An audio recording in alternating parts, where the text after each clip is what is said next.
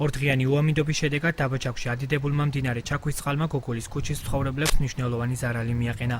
უეცრად მოვარდნილმა ნიაღვარმა 9 ოჯახის საკარმი დამონაკვეთი და შენობა ნაგებობა წაიღო.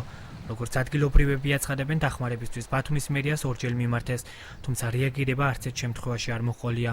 ერთი თვის განმავლობაში რაც წვიმები დაიწყო, იმის მერე ეს ყოველ დღე თითო მეტრო ნაკვეთები მიაქვს ყველა გაწვიმებაზე. დაპირებები არის ახლა როგორც ასე, მაგრამ შეჯერობით ყოველ დღე მეშინია და სანამ რომლამდე არ წავა ეს სახლი, ეს დაპირება აერშია ყველაფერი. ერთი თვეა მერიას მიმართემი და მერიამ არაფერი დღეხვალ და არჩევნები მოაწია და მე მცირეწლოვანი ბავშვები მყავს. მე რამე დამემართოს, მე პასუხები მათ უნდა გახდეთ.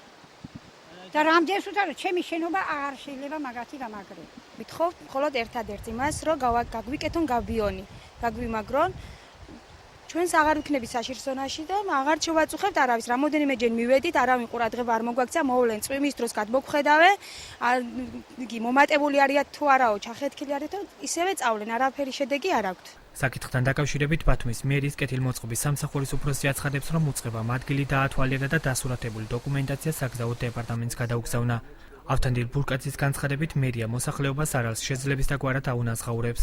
ყველაფერი გადავეცით საგზაო დეპარტამენტს და ნაპირგამაგრებით სამუშაოებზე ესენი მუშაობენ და ალბათ უახლოეს ხანში დაიწყებენ. ზუსტად ვერ გეტყვით, იმიტომ რომ ჩვენ ამ მოცულობის სამუშაოს ნამდვილად ვერ შევასრულებთ. მიმდინარეობს ახლა კიდევ დაიწყება შესწავლა ამ ზარალის და ნახოთ, რაც ჩვენზე იქნება დამოკიდებული და ისი დახმარებასაც შევძლებთ, ჩვენ ყველანაირად დაუდგებით გვერდით.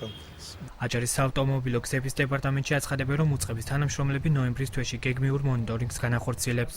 ზურაბ სიხარულძის განმარტებით, სპეციალისტები პრობლემას ადგილზე შეისწავლიან და სამუშაოებისთვის შესაბამისი თანხები 2014 წლის ბიუჯეტში აისახება.